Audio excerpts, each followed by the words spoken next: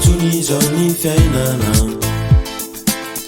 fa efa niova be toko manaraky izany ny fisainana afa mihitsy ny taloha izao anefa nitadidio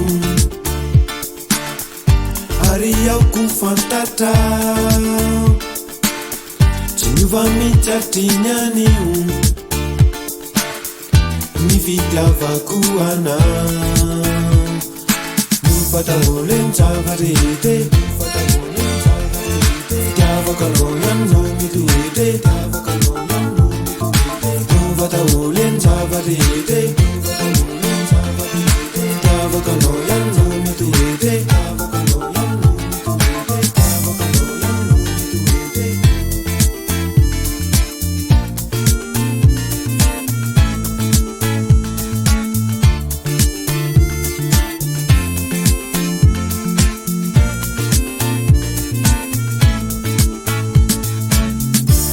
maltsony zao ny fiainana fa efa niova be toko manaraky izany ny fisainana afa mihitsy ny taloha izao anefa nitadidio ary aoko fantatra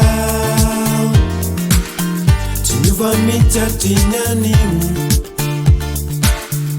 ny fitiavako anao no fataholy ny zava-drehete fitiavako anao ihany no mitohete no fataholy ny zava-drehete fitiavako anao ihany no mitohete no fataholy ny zava-drehete fitiavako anao ihany no mitohete fataholy ny zava-drehete fitiavako anao ihany no mitohete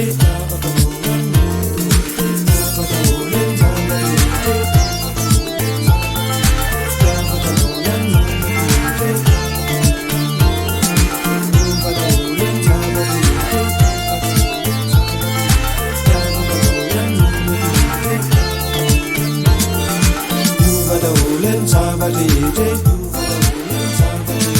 fitiavako anao ihany no mitohete